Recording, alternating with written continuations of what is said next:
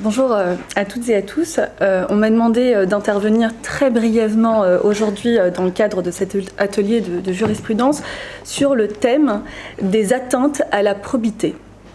Alors un thème aussi large que passionnant.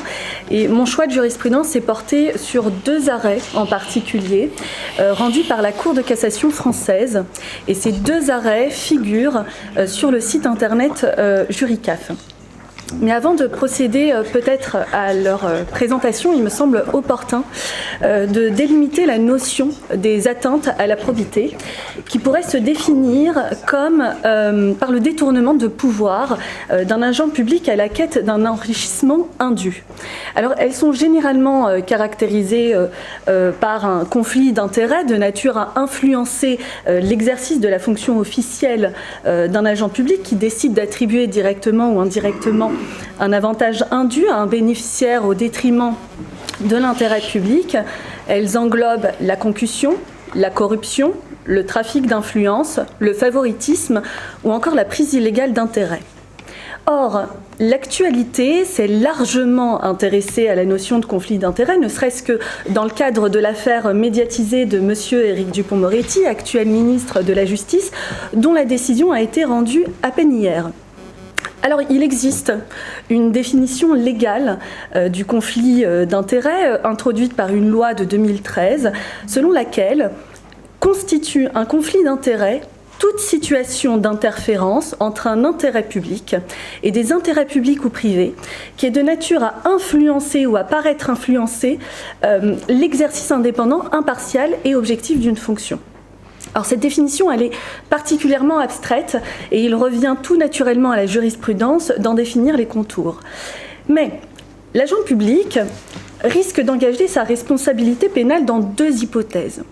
Première hypothèse, lorsque l'agent public exerce sa mission, lorsqu'il est en conflit d'intérêts avéré.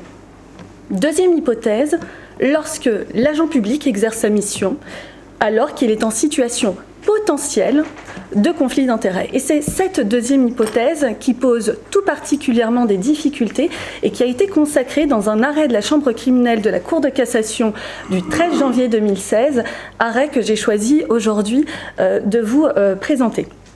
Alors j'ai choisi cet arrêt parce qu'il nous enseigne qu'une atteinte à la probité pourrait être caractérisée par une situation potentielle et non réelle d'un conflit d'intérêts.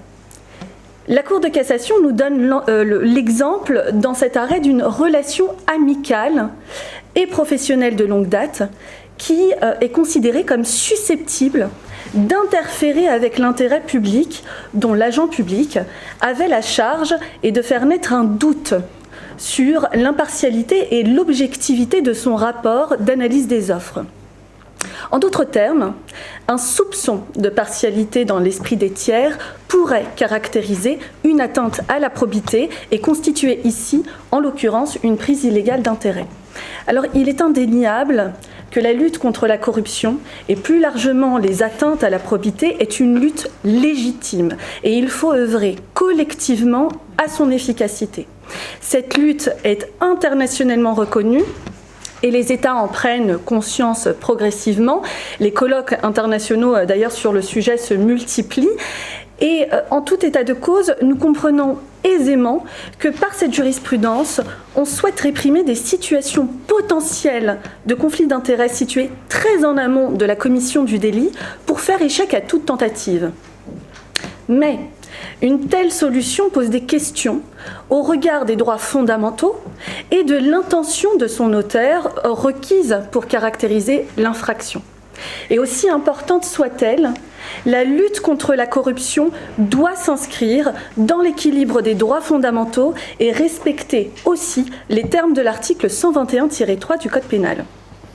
Les atteintes à la probité sont des infractions intentionnelles qui requièrent la caractérisation d'un dol général, ou autrement dit, la conscience et la volonté de commettre l'infraction. Or, en présence d'une situation potentielle de conflit d'intérêts, il est difficile, voire impossible, de démontrer l'élément moral de l'infraction, sauf à le présumer et à tomber dans l'écueil d'une répression quasi automatique. Et cette analyse nécessaire de l'élément moral a été rappelé, notamment dans la décision de la CJR hier, qui a justifié la relaxe de Monsieur le ministre de la Justice, Éric Dupond-Moretti, par le défaut d'intention de commettre l'infraction. Et c'est pourquoi, outre une répression sévère, il nous semble qu'une lutte efficace contre les atteintes à la probité rend surtout nécessaire le déploiement de mécanismes préventifs. Dès lors, la question se pose de savoir comment améliorer l'efficience de la lutte.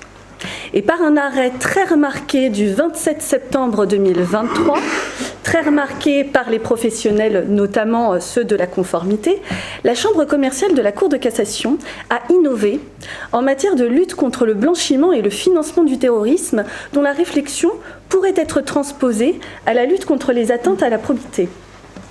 Dans ce second arrêt que j'ai décidé de vous présenter, elle a considéré que le manquement aux obligations LCBFT, en application des articles L561 et suivants du Code monétaire et financier, était susceptible de constituer un acte de concurrence déloyale. Or, la lutte contre les atteintes à la probité n'est pas étrangère à la lutte contre le blanchiment et le financement du terrorisme, l'un s'imbriquant à l'autre, et certaines infractions constitutives d'une atteinte à la probité, telles que la corruption par exemple, sont susceptibles aussi de fausser les transactions commerciales et de nuire par essence à la concurrence loyale. Donc, la question se pose de savoir si cet arrêt constitue une jurisprudence nouvelle et, le cas échéant, si elle pourrait être transposée à la lutte contre les atteintes à la probité. Et dans l'affirmative, la lutte se renouvellerait et elle investirait de nouveaux champs et de nouveaux domaines, multipliant les fondements de la répression des atteintes à la probité. La lutte contre la corruption apparaîtrait comme un nouvel instrument de régulation des transactions commerciales et finalement cet arrêt est susceptible de constituer les prémices d'une lutte anticorruption renouvelée. Je vous remercie pour votre attention.